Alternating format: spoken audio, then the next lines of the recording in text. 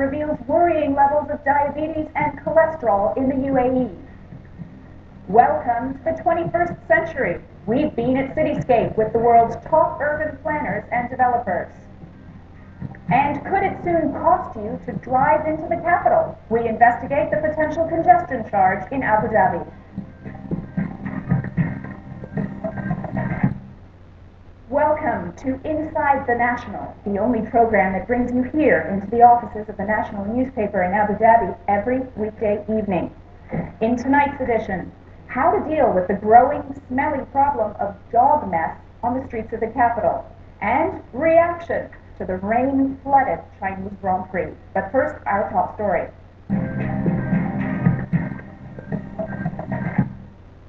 Are we eating right and getting enough exercise? A study conducted by the Ibn Sina Pharmacy Group suggests not.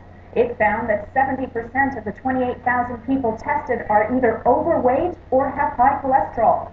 The study also suggests diabetes and high blood sugar continue to be a growing concern in the country.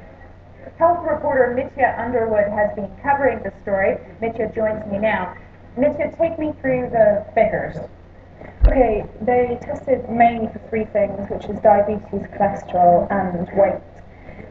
Diabetes isn't a huge surprise. It's 18% were diabetic, and 12% are also very close to being diabetic, their blood sugar levels. Cholesterol, quite shocking, 27% were very, very high, which means they're at twice as much risk of having a heart attack or having a stroke. And another 20% of that are borderline high risk. And for weight, 43% overweight and 25% obese, and obviously the rest of it are either under or much higher. So it's not a pretty picture.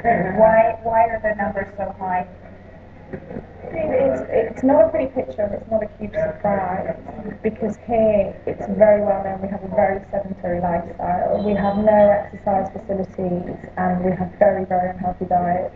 And partly I think because of the heat, so people don't go outside, we don't have a walking culture, and just poor diets, a lot of junk food, which has only recently been introduced, so kind of genetically people aren't used to it, so their bodies don't react very well to it. So it's not a great picture, no. And we do have, here in the UAE, don't we have one of the worst type 2 diabetes in the world? Or it's second worst, I think, don't we? Yeah, it's, according to the World Health Organization, we have the second highest rate here, which I think among Emiratis actually it's 1 in 4, and among the whole population it's almost 1 in 5, which is about 18%. And the Gulf itself has very high numbers, but the UAE in particular has the second worst. So these numbers are distressing, but they obviously don't come as a surprise to the government. What is the government doing to try to control this? Really, it's almost an epidemic. Yeah, well it is. The diabetes certainly is an epidemic, and also the cholesterol, which is all linked to coronary heart disease, that's expected to double by 2020, the number of people with coronary heart disease. But it's not a surprise, and they are doing a lot, but it will take time. So the Ministry of Health, for example, has a 10-year combat diabetes strategy, which includes lots of different things like much better access, better recording. But one of the main things that the Abu Dhabi Health Authority are doing, also the Dubai Health Authority are doing, is trying to improve access to healthcare, which will take a much more preventative approach to it rather than reactive, because there's not much you can do once somebody has diabetes. It's managing it. So they are trying to make sure that everyone has access to preventative healthcare, and through various programs people are getting mandatory health checks, so they know what to look out for, they know what high risk factors they have. So they're trying, but it will take time. It won't change overnight.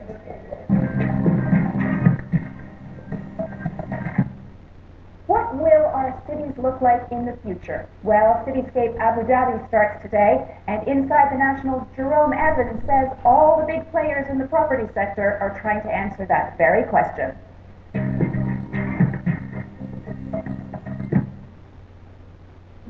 Delegates at Cityscape Abu Dhabi queue up for registration. They're hoping for a glimpse of what the capital could look like in the years ahead. Now, Abu Dhabi has been growing at a phenomenal rate over the past few years, but against the backdrop of the current global financial crisis, can this level of growth be sustained? Well, this is the place where developers will try to convince investors that projects such as Yas, Saadiyat and Reem Islands are sustainable. This is the future in miniature. All the top developers are exhibiting models of their ambitious projects. The cultural hub of Saadiyat Island, the Formula One theme park at Yas Island, and the upscale residences of Reem Island are all on display.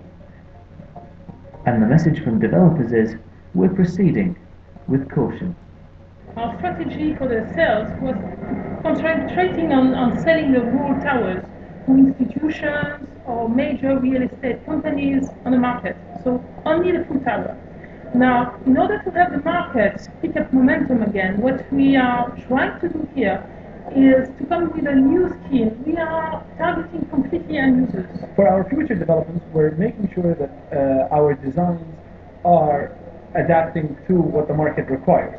And once we finish that exercise, we will be proceeding with those developments very cautiously and in a much more planned approach. The way things were happening previously, things were moving at a speed that wasn't the healthiest.